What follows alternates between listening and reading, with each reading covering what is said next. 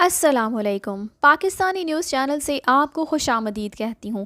آج 2000 کیس میں مہدی علی قاسمی صاحب کے لیے بڑا دن تھا اور اغوا کاروں کے لیے، جیسے ہی میرے ایک سبسکرائبر نے مجھے کہا کہ میں ان کو اغوا کار بلاؤں، جو کہ مناسب بھی ہے اور خاص کر آج کے دن کے بعد تو یہ بات کہنا بالکل بجا ہے۔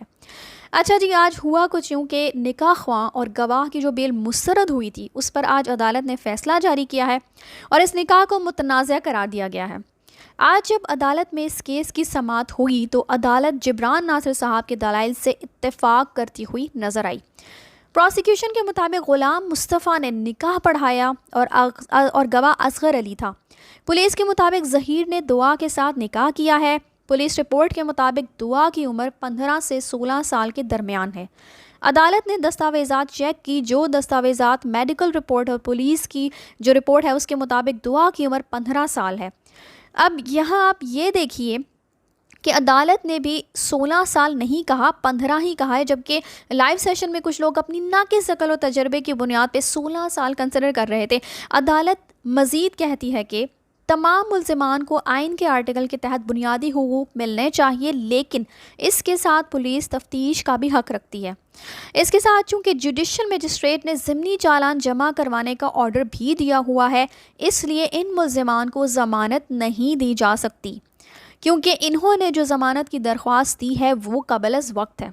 اب آپ یہاں یہ دیکھیے کہ لوگ بڑی بڑی باتیں کر رہے تھے کہ اس کی عمر اتنی ہے، وہ اپنی مرضی سے فیصلہ کر سکتی ہے، اس کا نکاح کسی صورت نل اینڈ وائڈ نہیں ہوگا۔ تو اس معاملے میں ایک تو عدالت کا فیصلہ، دوسرے اس کی وجوہات جو ہیں وہ واقعتاً کچھ جاہل لوگوں کو سمجھ میں نہیں آنی، لیکن بہرحال سننی تو ان کو بھی پڑیں گی، وہ مانے یا نہ مانے۔ آپ بھی غور سے سنیے گا کہ عدالت کہتی ہے کہ نکاح کے وقت نکاح رجسٹرار اور متعلقہ افراد کے ریکارڈ کا جائزہ لیا جانا ضروری ہے۔ یعنی جو لوگ نکاح کے وقت دعا اور ظہیر کے ساتھ موجود تھے یا گواہان تھے، ان کے ریلیٹڈ ڈاکیومنٹس کا بغور جائزہ ہونا چاہیے تھا، ان کی تصدیق ہونی چاہیے تھی، لیکن اس حوالے سے کہیں کچھ نہیں کیا گیا۔ بس بچی کے ایک بیان پہ کہ میں خود اپنی مرضی سے آئی ہوں اور 18 سال کی ہوں، نکاح پڑھا دیا گیا۔ مزید اس ضمن میں عدالت کا کہنا ہے کہ عمر سے متعلق محض زبانی طور پر بتایا گیا، جو کہ قبول نہیں کرنا چاہیے۔ نکاح رجسٹرار کو تمام ریکارڈ کا جائزہ لینا ضروری ہوتا ہے۔ محض زبانی بتانا نکاح قابل قبول ہونے کے لیے کافی نہیں ہے۔ اب دیکھیے یہاں وہی بات کی جا رہی ہے جو میں پہلے کہہ چکی ہوں۔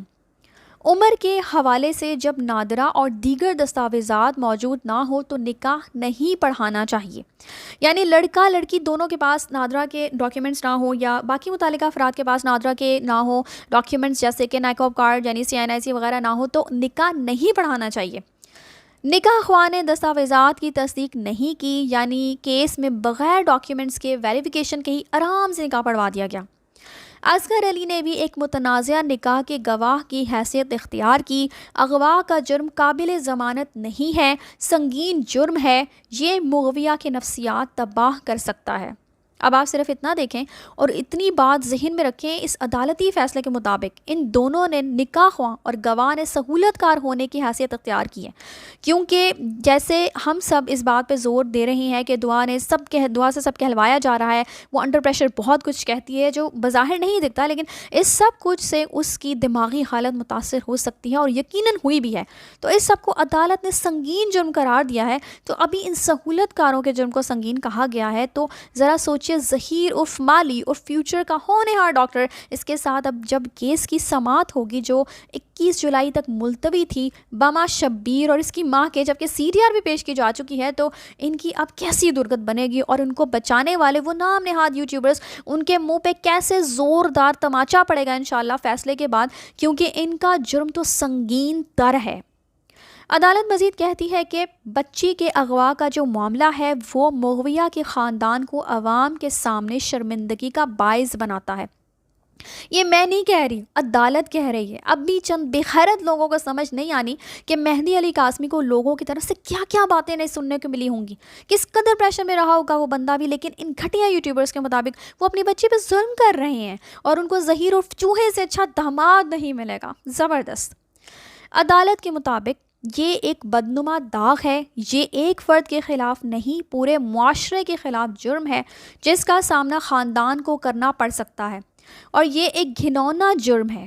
موجودہ دستاویزات کی روشنی میں گواہ اصغر علی اور نکاح خواہین کی ضمانت نہیں بنتی۔ مطلب ہیڈس آف دس کورٹ، جنہوں نے اتنا زبردست، منظم اور انتہائی معقول فیصلہ دیا ہے، اور وہ بھی ابھی صرف ان 2 لوگوں کے خلاف۔ اب ظہیر گینگ کو واقعی پریشانی کا سامنا اور اپنی شامت بہت قریب نظر آ رہی ہے، کیونکہ اب ظہیر کہیں بھاگ کر نہیں جا سکتا، چونکہ اسے آج سندھ کی عدالت میں پیش ہونا تھا حفاظتی ضمانت کے لیے۔ جو اس نے بیل دی ہوئی تھی اس کے متعلق اس نے اپلیکیشن دینی تھی، اور اب تک جو چوہا بل میں گھسا ہوا تھا، یعنی اب آپ یہ دیکھیں کہ یہ موصوف کبھی عدالت پیش ہی نہیں ہوئے تھے۔ مرکزی ملزم آرام سکون سے بیٹھا تھا، نہ تفتیش کے لیے اسے حراست میں لیا گیا تھا، اور ادھر دعا کے والدین کورٹ کچہری میں اپنی جوتیاں چٹکھاتے پھر رہے تھے، اور اب اس کو آج کورٹ میں پیش ہونا تھا۔ اس ساری عدالتی کارروائی پر بھی انشاءاللہ جلد ویڈیو اپلوڈ کروں گی۔ نیکسٹ اپلوڈ سے پہلے چینل کو سبسکرائب کرنا مت بھولیے گا، اور کامنٹس میں اپنی رائے کا اظہار ضرور کیجیے گا۔ تب تک کے لیے اللہ حافظ۔